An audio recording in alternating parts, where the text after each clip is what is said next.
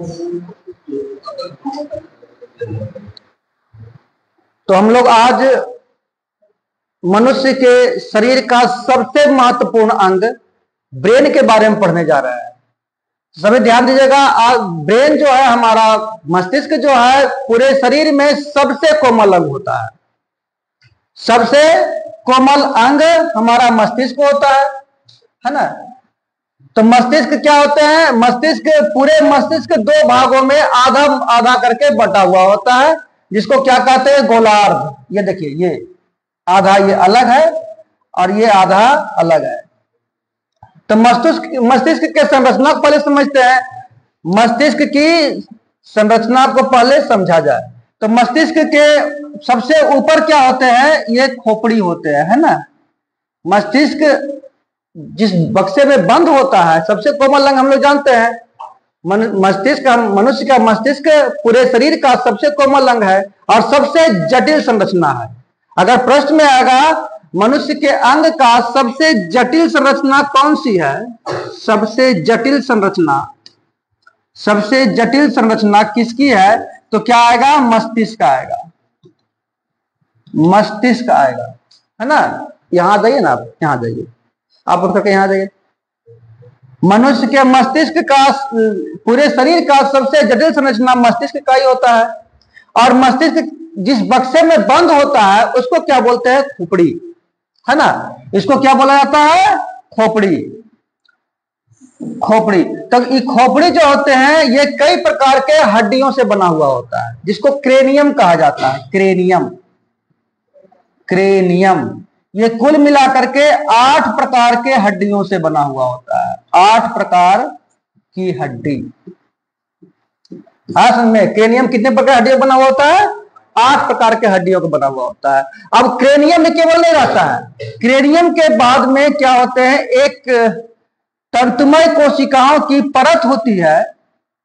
तंतुमय संयोजी कोशिकाओं की परत होती है, जिसका नाम क्या है? जिसका नाम बताइए कोई लड़की में से। इसका नाम क्या है? मेनिनीज। क्या नाम है? मेनिनीज। सबसे ऊपर क्या है? हड्डी है, खोपड़ी है। खोपड़ी क्रेनियम नामक हड्डियों का बना हुआ होते हैं। क्रेनियम 8 प्रकार के हड्डियों का समूह होते हैं, ठीक है। उसके नीचे क्या है? मेनिनीज। इसको क्या बोलेंगे? इसको क्या बोला जाएगा? मेनिनीज। ज्यादा मोटा है ना, इसको बोला जाएगा मेनिनीज। इसका कार्य क्या होता है? इसका कार्य होता है हमारे मस्तिष्क की रक्षा करना। क्या कार्य होता है इसका? रक्षा करना, हमारे मस्तिष्क की रक्षा करना, ठीक है। अब इसके नीचे भी ये देखिए 3 पार्ट में बने हुए होते हैं, लेकिन हमारा सिलेबस में क्लास 10th में केवल मेनिनीज के बारे में बताया गया है। अगर कोई जीवाणु अटैक इस पर कर देता है, कोई जीवाणु इस पर अटैक कर देता है, तो हमें कौन सा बीमारी हो जाती है? तो हमें मोनेंजाइटिस नामक बीमारी हो जाती है। और वो उससे आदमी बचने की संभावना बड़ी कम होता है, बहुत कम होता है। हमारे जो सबसे हमारे एक थे, क्या नाम था उनका? राजा राम मोहन राय।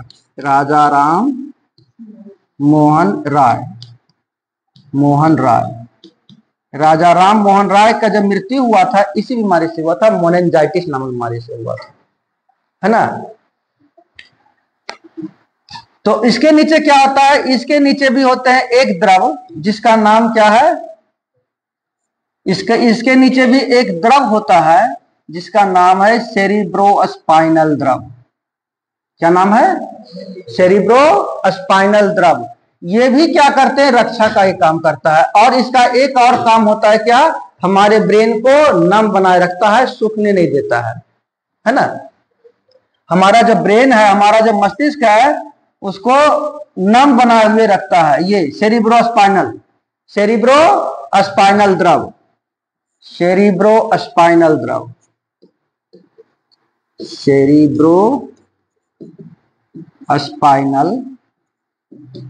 द्रव। कुल मिलाकर कितने परत हो गए हमारे मस्तिष्क का? कुल मिलाकर के एक हो गया हड्डी क्रेनियम, दूसरा हो गया क्या? मेनिनीज, तीसरा हो गया सेरिब्रोस्पाइनल। 3 प्रकार के परत हमारे मस्तिष्क के ऊपर, हमारे ब्रेन के ऊपर में होते हैं। और ये केवल परत नहीं, तो ये पूरे हमारे मस्तिष्क के जो मस्तिष्क गुहा होते हैं, माने जो खाली स्थान होते हैं, वहां भी भरा पड़ा रहते हैं। हमारे ब्रेन में जो खाली स्थान ये सब है, इस सब में भी जहां जहां खाली स्थान है, वहां वहां क्या होता है, सेरिब्रो स्पाइनल द्रव भरे पड़े होते हैं, है ना। उसके नीचे क्या होता है, अब देखिए ये क्या है, ये आपका मस्तिष्क है, ये मस्तिष्क है, ठीक है। अब मस्तिष्क इधर मिटा दिया जाए।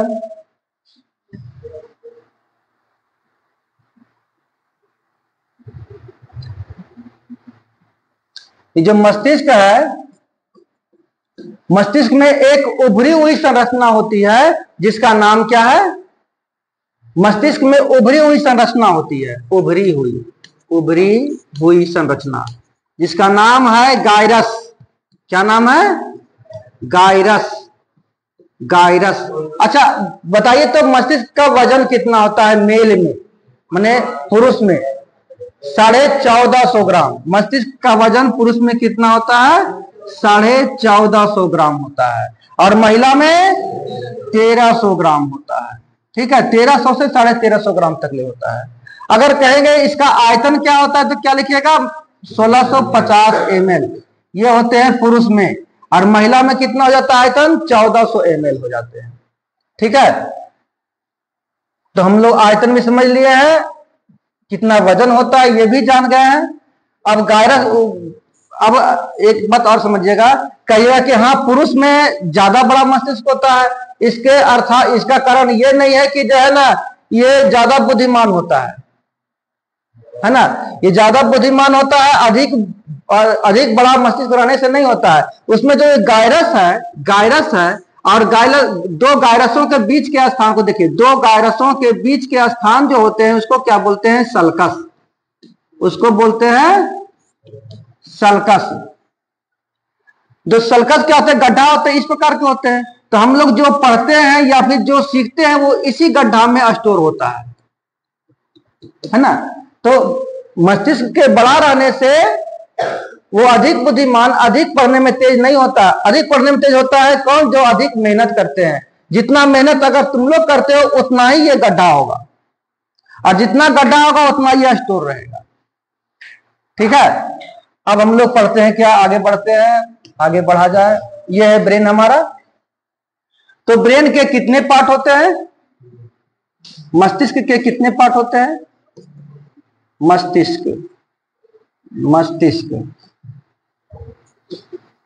मस्तिष्क के 3 पार्ट होते हैं, है ना। पहला नाम क्या है, सेरिब्रम। नहीं, पहला सेरिब्रम नहीं है, पहला का नाम क्या है, अग्र मस्तिष्क। अग्र मस्तिष्क। दूसरा वाला क्या बोलते हैं, मध्य मस्तिष्क। और तीसरा में पश्च मस्तिष्क। अग्र मस्तिष्क के कितने भाग, 2 भाग। कौन कौन, प्रमस्तिष्क और डायएन्सेफलॉन। नहीं,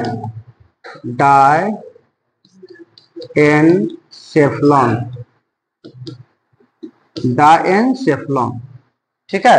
अग्र मस्तिष्क का 2 भाग, प्रमस्तिष्क और डायएन्सेफलॉन। प्रमस्तिष्क को सेरिब्रम भी कहते हैं। क्या कहते हैं, सेरिब्रम। प्रमस्तिष्क को सेरिब्रम कहते हैं। पूरे मस्तिष्क का सबसे बड़ा भाग यही होता है, सेरिब्रम। पूरे मस्तिष्क का सबसे बड़ा भाग सेरिब्रम। पूरे मस्तिष्क का 2/3 भाग ये होता है, 2/3 भाग, या फिर क्या कहेंगे 66% होता है। पूरे मस्तिष्क का 66% सेरिब्रम होता है ना। अब डायएन्सेफलॉन जो होते हैं, ये जो है इसके भी 2 भाग होते हैं। तो सबसे पहले सेरिब्रम के बारे में जान लेते हैं। तो सेरिब्रम 2 अर्धगोला में बटा हुआ होता है ना। 2 अर्धगोला में बटा हुआ होता है। ये रहा सेरिब्रम। और ये पूरे मस्तिष्क का 2/3 भाग होता है और ये चारों तरफ से घेरे हुए रहता है। तो दोनों जो अर्धगोला है उसको जोड़ने वाले को क्या कहा जाता है? उसको जोड़ने वाले को क्या बोलते हैं? कॉर्पस कैलेसम। कॉर्पस कैलेसम नामक रचना से ये दोनों गोलार्ध माने गोला अर्ध गोला हो गया ना, दोनों गोलार्ध जुड़े रहते हैं। तो प्रश्न में आएगा दोनों गोलार्ध कौन सी रचना से जुड़े होते हैं? तो नाम क्या लिखेगा? कॉर्पस कैलेसम मिस्टेक से नो लिखा गया ना, कैलेसम। कॉर्पस कैलेसम से दोनों गोलार्ध जुड़े हुए होते हैं। ठीक है। हाँ। तो ये क्या है? प्रमस्तिष्क जो सेरिब्रम है ये बुद्धि और चतुराई का केंद्र है। बुद्धि और चतुराई का केंद्र है, जिसका अगर औसत से छोटा रहा ये सेरिब्रम, उसमें क्या होगा? वो मंद बुद्धि का होगा। जिसका सेरिब्रम औसत से छोटा रहेगा वो मंद बुद्धि का होगा, और जिसका सेरिब्रम बड़ा रहेगा वो ज्यादा बुद्धिमान रहेगा, है ना। तो बुद्धि और चतुराई का केंद्र इसी को कहते हैं। और इसी में जो क्या होते हैं, पूरे शरीर के जितने भी क्रियाओं का संपादन सबसे अधिक इसी में होता है। डायएन्सेफलॉन के 2 भाग होते हैं। कौन कौन होते हैं? थाइलेमस और हाइपोथैलेमस।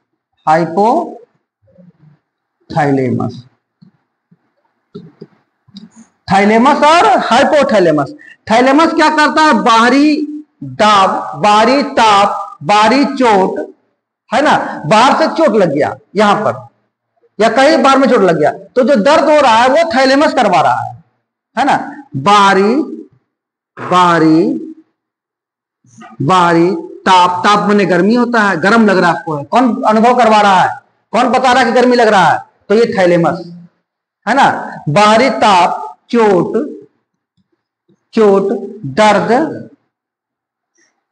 दर्द का आभास कौन करवाता है? तो थैलेमस करवाता है। अब हाइपोथैलेमस की बात करेंगे तो यह क्या करता है? डर, गुस्सा, भीतरी चोट,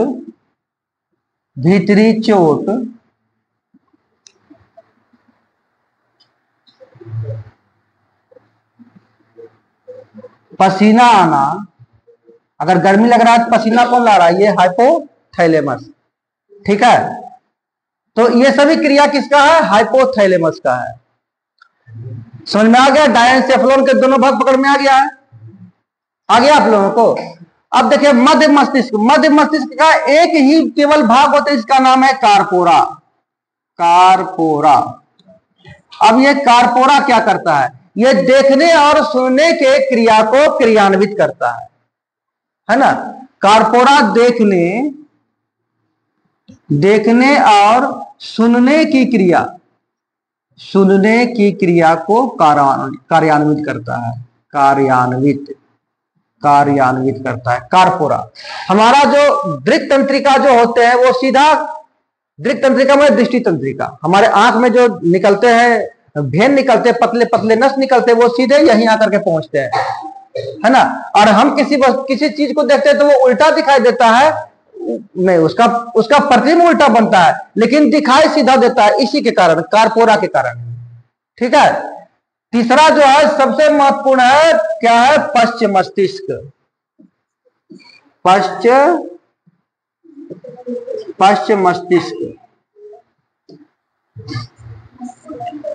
पश्च मस्तिष्क के कितने भाग होते हैं? पश्च मस्तिष्क के 2 भाग होते हैं। कौन कौन होते हैं? पश्च मस्तिष्क के 2 भाग होते हैं। एक होते हैं क्या? अनुमस्तिष्क,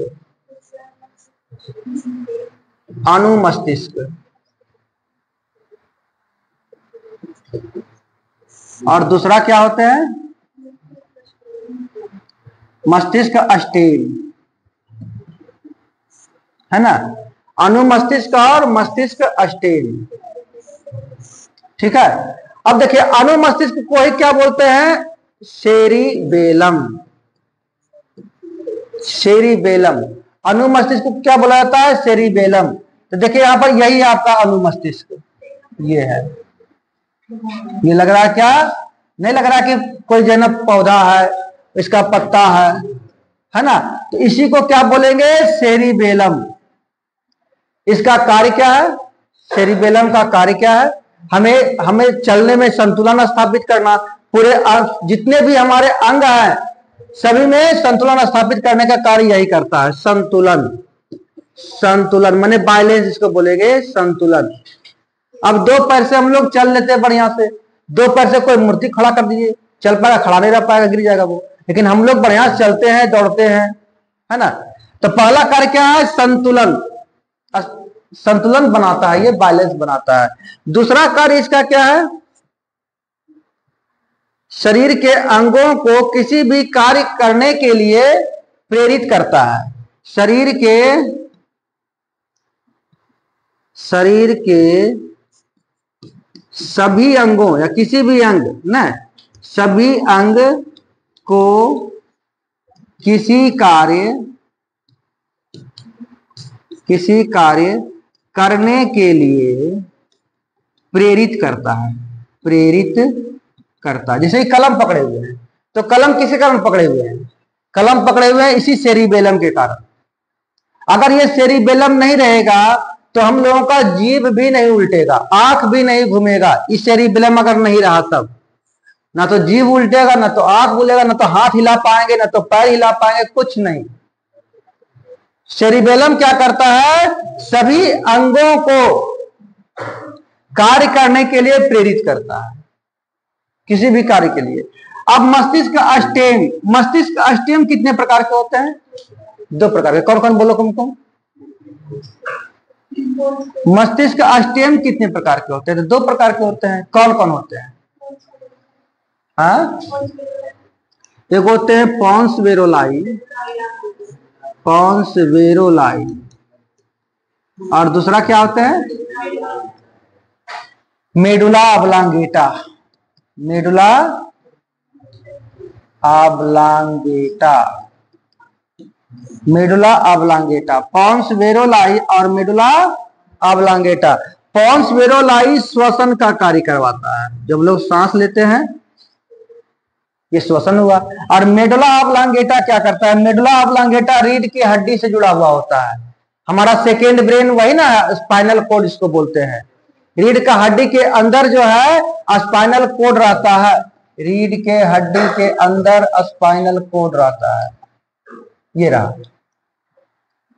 तो ये भी ब्रेन ही है। ये देखिए, ये ब्रेन ही है, ये ब्रेन है ना?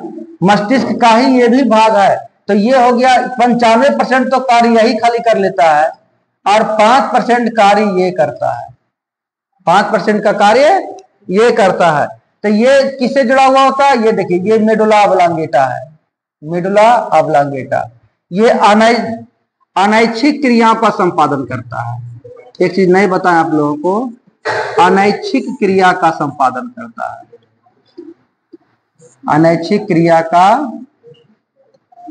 संपादन करता है। कौन करता है? ये मेडुला ऑब्लांगेटा। मेडुला ऑब्लांगेटा यहीं तक नहीं है, ये आ गया मेडुला ऑब्लांगेटा, अनैच्छिक क्रिया।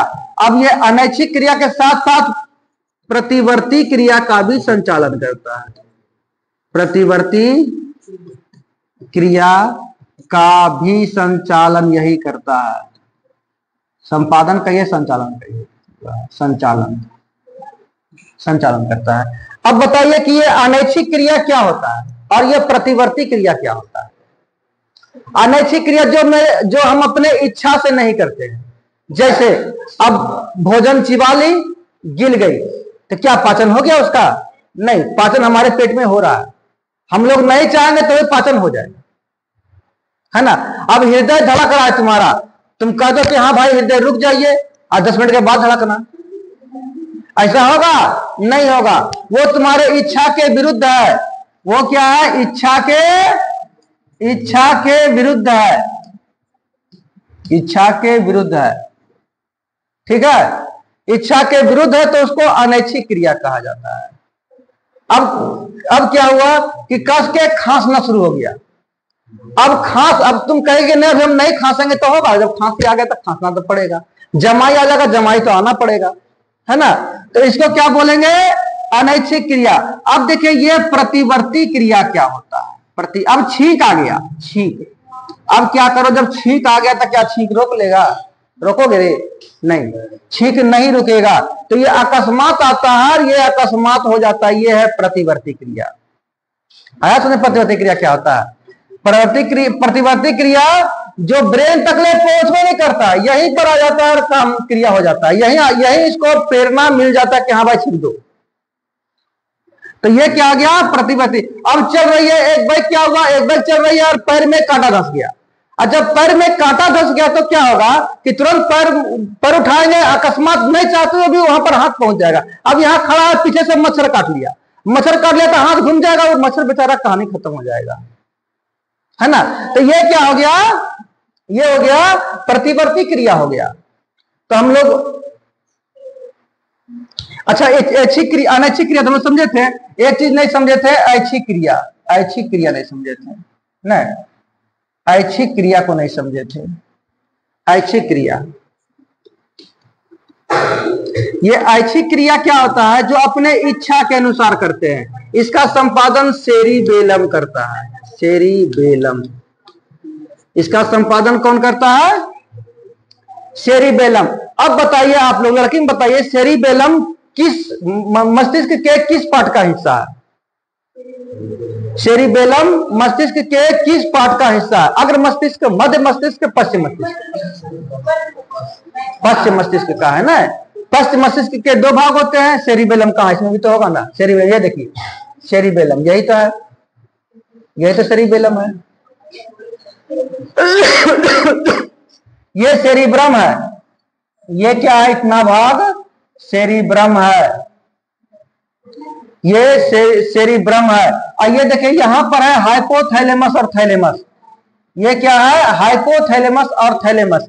और ये मेडुला ऑब्लांगेटा, ये चलता है, ये चलते रहेगा, कहां जाएगा, रीढ़ के हड्डी के अंतिम सिरा तक ले जाएगा, जिसको क्या बोलते हैं, न्यूरल कैनाल। देखिए अब ये आपका रीढ़ है ना। अब रीढ़ तो हड्डी पूरा पड़ा हुआ है, हड्डी कई प्रकार के हड्डियों, कितना जोड़ा होता है जी, 33 जोड़ा, 33 जोड़ा होता है, नस इससे निकलता है, 33 जोड़ा, हाँ 33 नहीं 31 जोड़ा रस निकलता है, 31 जोड़ा, 31 जोड़ा इससे निकलता है। और इससे कितना निकलता है जी, इससे ध्यान में नहीं, इससे 18 जोड़ा निकलता है, 18 जोड़ा। देखिए अब ये क्या है, इसके अंदर क्या होते हैं, न्यूरल कैनाल, नहीं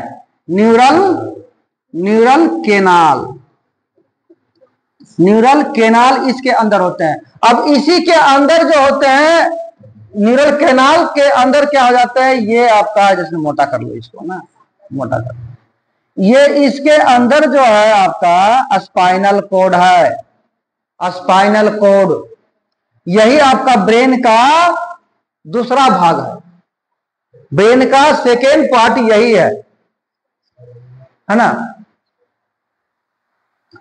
समझ में आ गया सबको बढ़िया से, आया।